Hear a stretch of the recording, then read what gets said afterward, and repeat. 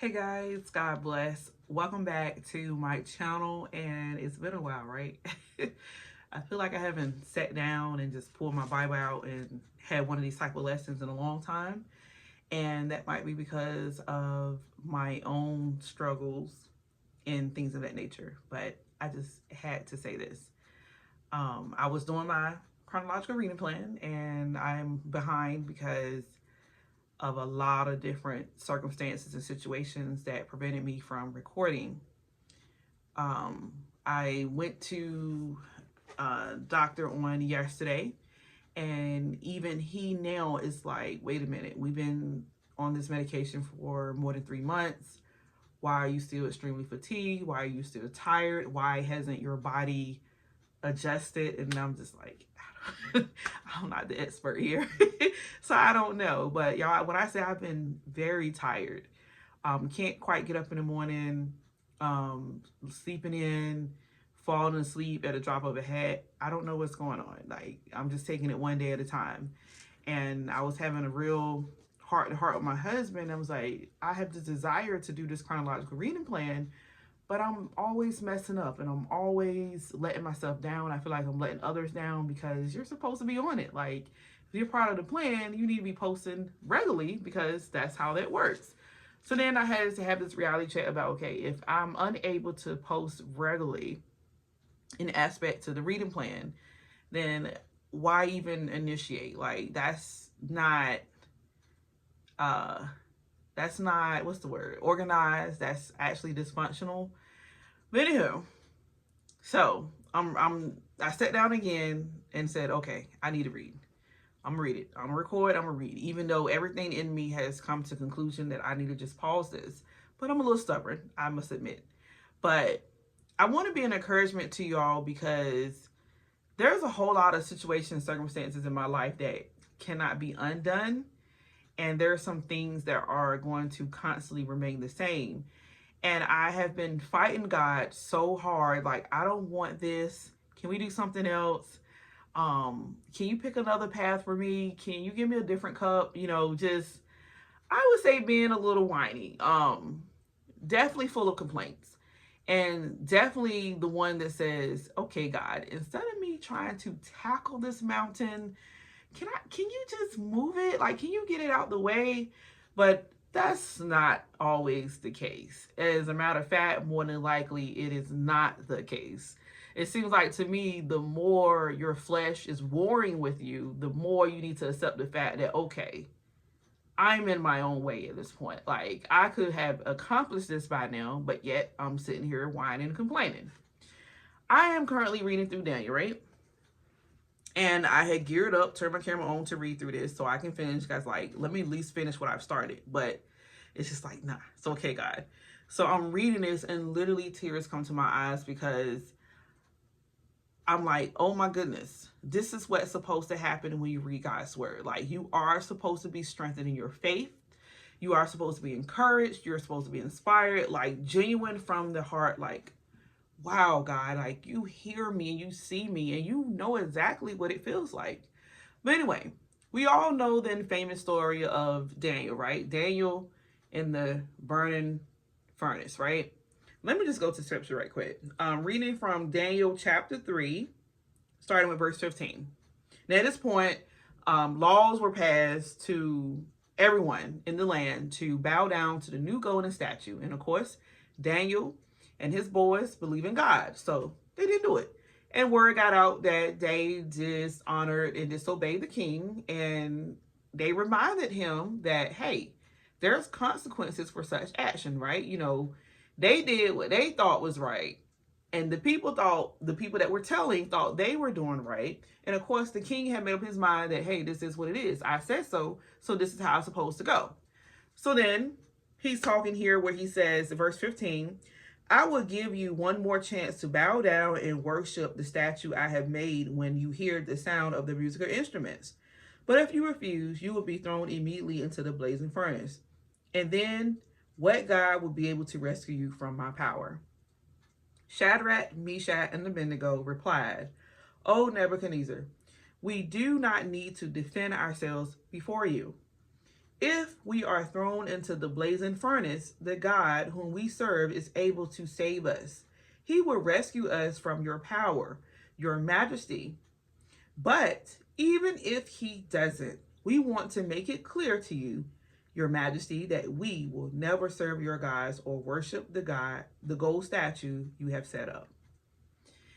When I say my eyes welled up, because I'm just thinking about how I mentioned to y'all in another video how I have this issue with fighting and warring on my behalf. Like when I feel like I've been mistreated, misunderstood, lied on, not respected, I just feel like I gotta fight back. I gotta raise my voice. I gotta get loud. I gotta get aggressive. I gotta get assertive. Like I need to be heard, because I'm being done wrong. Like you're treating me wrong. You're talking to me wrong. You're doing things the wrong way on my behalf. You're not looking out for my best interests.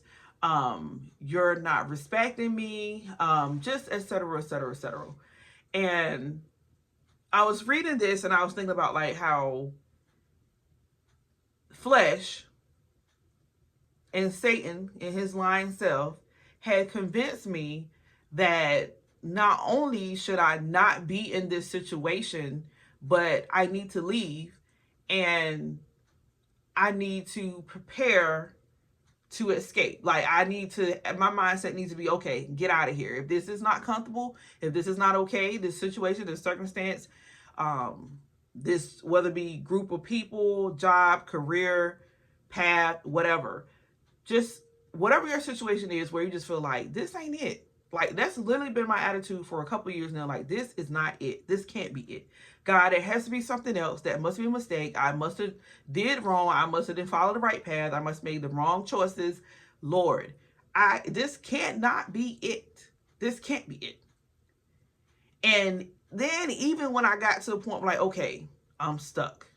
Where am I going? What am I going to do? Then there was the whole, okay, prepare to leave later, or prepare to adjust or reroute your plans later.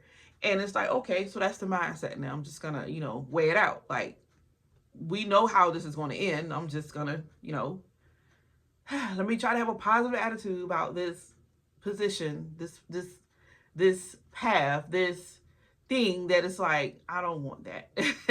I want to do something else. Can I do something else? And reading this and going down to 19, Nebuchadnezzar was so furious with Shadrach, Meshach, and Abednego that his face became distorted with rage. He commanded that the furnace be heated 7 times hotter than usual. Then he ordered some of the strongest men of his army to bind Shadrach, Meshach, and Abednego and throw them into the blazing furnace. So they tied them up and threw them into the furnace fully dressed in their pants, turbans, robes, and other garments. And because the king in his anger had demanded such a hot fire in the furnace, the flames killed the soldiers as they threw the 3 men in. So Shadrach, Meshach, and Abednego, securely tied, fell into the roaring flames. But suddenly, Nebuchadnezzar jumped up in amazement and exclaimed to his advisors, "Didn't we tie up 3 men and threw them into the furnace?" "Yes, your majesty, we certainly did," they replied. "Look," Nebuchadnezzar shouted, "I see 4 men unbound walking around in the fire unharmed, and the 4th looks like a god." Then Nebuchadnezzar came as close as he could to the door of the flaming furnace and shouted, "Shadrach, Meshach, and Abednego, servant of the Most High God, come out, come here." I'm just reading, going back up to the top where King, and I say in my situation, Satan, had puffed himself up. He had spoke all his lies, and he was feeling himself because he's like, she's believing me. She's believing the lies. She's falling for her emotions. She's not listening to biblical truth about this. She has made up her own mind and thought. She's trying to choose her own way. And as a result, because mind you, there's God's way and your way, you are disobeying God. You're being disobedient, and you're just being stubborn. And Satan was eating this up because it's like, yeah, I got it, right? Like, yeah.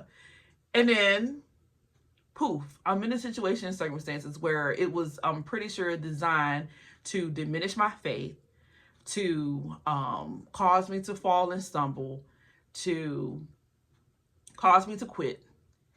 And it's like, okay, Lord, I need to get to a point where, despite what I feel like, whatever situation, circumstance that comes my way, you are in the midst. And although Satan may geared it up a notch, God is still there. And I'm still fine. Like, I am unburned. I am not scorched. My clothes are not burned up. They're not ruined. I don't even smell of smoke. And although it may appear that some extracurricular activity has gone on where I am damaged, I am destroyed, I am defeated, that's simply not the case. And I'm here to tell you that today as well. Like, you're still alive. You still got breath in your body. You still have the operation of your limbs. You still have your mental state.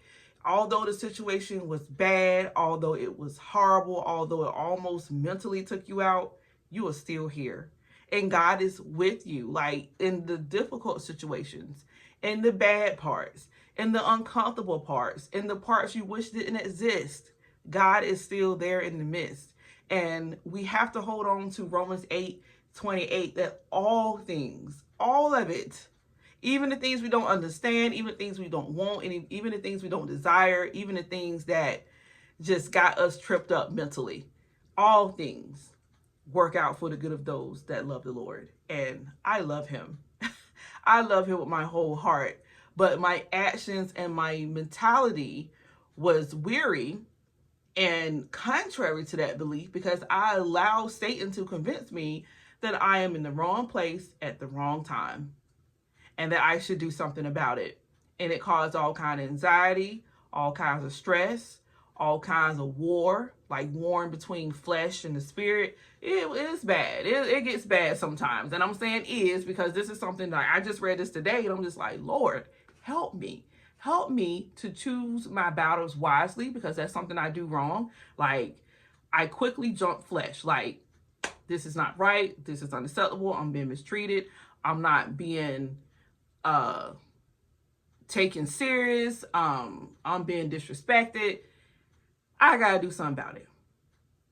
And right here in the words of Daniel and Shadrach, Meshach, and Abednego, like, even if you do this, and even if it appears that there is no escaping this situation, I still trust God. I still believe in him. I still have hope. I still have faith. He is still God. Even if I have to go through the fire, even if I have to go through this process that's very scary, because mind you, it's not just like boom, bam, you're in the fire. It's like, I see it. I see the blaze getting puffed up and bigger and bigger and bigger. And I'm seeing it, and I know that in a few moments, I got to go through that way. I got to go through this way right here, even though it looks bad, it looks horrible. Like, I can literally feel the hotness from the flame. Like, it's turned up a notch. Like, nah, you thought it was look like this, and that's fine. But no, this is a blaze, and I got to get thrown right in the midst of that. But I'm not by myself. And I'm telling you, you're not by yourself either. And as soon as you start thinking that you're by yourself, you need to tell Satan, stop lying to me. I'm not alone. I'm never alone. Jesus said he would never leave me nor forsake me. So even in the fire that's ablaze, that's meant to harm me and to take me out of here, God is with me. And guess what? Not only is he with me, but he is protecting me, and he is keeping me from being unharmed. And here we are, y'all. We're still here. We are still here. We're not in our graves. We're not in a psych ward. We are still here. Our faith is yet strengthened yet another day. Our perseverance, our long-suffering, patience, these things are being strengthened and being matured through Christ, because we are still going. We're still persevering. We're still going. We're pressing on. We're not quitting. We didn't check out of the race, although mentally some of us may have, because I know I have. I'm like, I'm mentally just not here. Like, when is this over again? Jesus, what date did they say you was coming? Like, that bad. Like, when you say, well, I know nobody knows the date, but Lord, if you came back tomorrow, It will be all right with me because I'm tired. I know some of you may be tired, like genuinely, mentally, physically, emotionally tired of fighting the same fight, the same struggle, the same addiction, the same stronghold, the same family member, the same in-law, the same husband, the same wife, the same child or the same children, the same school system, the same workforce, the same ministry, the same church. I know you're tired. You're tired. I'm tired too. I am so tired. When I was reading this, I'm just like, Lord, this is why you have to read. And that's why I'm coming to terms with, I'm like, Lord, I've been pressing myself to think uniformly, like to just read through the Bible, right? Like uniform it up, record it, put the camera on, get through it so others can read with you. And it's like, it ain't even that type of party. God, that ain't what he said. He want me to, stay consistent. He needs me to stay consistent because of what he wants me to do. And that's you too. Like wherever you are, you're supposed to be there. Because if you weren't supposed to be there, God can remove you. And that's something too, because we believe that God is sovereign, right? He's all knowing, he's all powerful, and he's in control of all things. Then obviously he's big and powerful enough to put us where we need to be or take us away from where we shouldn't be. Now, of course, as always, you pray. Because sometimes we're stubborn and we do get blind. And I say, Lord, if it's not for me, remove it. Lord, if I'm not meant to be here, take it away or take me away from the situation. Like we continually pray that way. But we also have the faith to understand that no matter how bad this gets, physically, mentally, and emotionally, spiritually, it's for my good. And I need to endure. And not only do I just need to say, here we go again, I need to exercise my faith. I need to exercise my patience, my joy, my peace to know that, hey, despite everything that's going on around me, despite this difficult season that has probably been going on for you for years, God has never left you and he is still with you. Read your word and be encouraged. I was so encouraged. I'm just like, I got to share. I gotta share with y'all because if it spoke to me like that, I'm pretty sure someone is watching saying, thank God someone sees me. Because that's another thing. Like, imagine being in a situation or circumstance where you can't openly talk about it. You can't fully express yourself. You can't trust nobody with the information. Like, there's nobody to confide in. And yes, we know we can talk to God, but because we're humans and we crave socializing, we're human beings, and it's just like, I just need to tell somebody this. But we know how it's going to go. So then we keep it all balled up and crammed up on the inside, and we're trying to pour out to God in all ways possible. We're writing our prayers. We're speaking our prayers. We're giving out unspoken prayers. Like, y'all just pray for me. Just pray for me, please. You don't have to know what's going on. Just pray. And check all the boxes while you're at it. It's just like... weary is an understatement. It is something that, y'all, it can happen so often. You have no, well, you may know. You may have an idea. But I had no idea. Like, wow, this is a thing.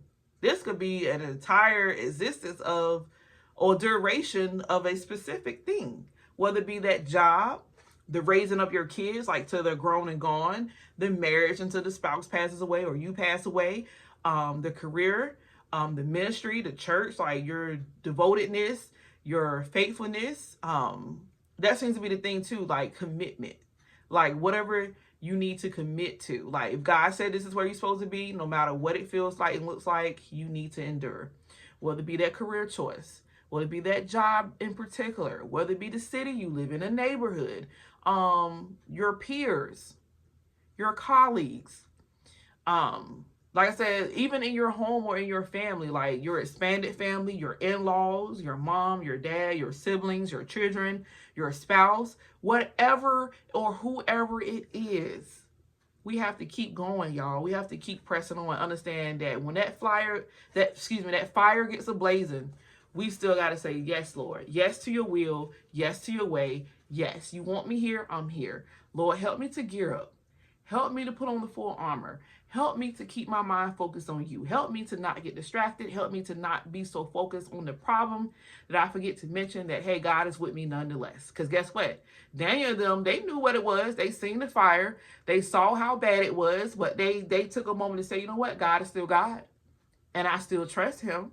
And even if he don't take me away from the situation and circumstance right now, he's still who he is. And that's what we have to end each day on. Like, I know it gets rough. I know it gets weary. I know it gets tiresome. But each and every day, you have to leave in on the note that, you know what? Today was bad. Today was rough. But I trust you. I believe in you. I know you are with me. To God be the glory. Thank y'all for listening to me for 20 minutes now. But I hope that helped.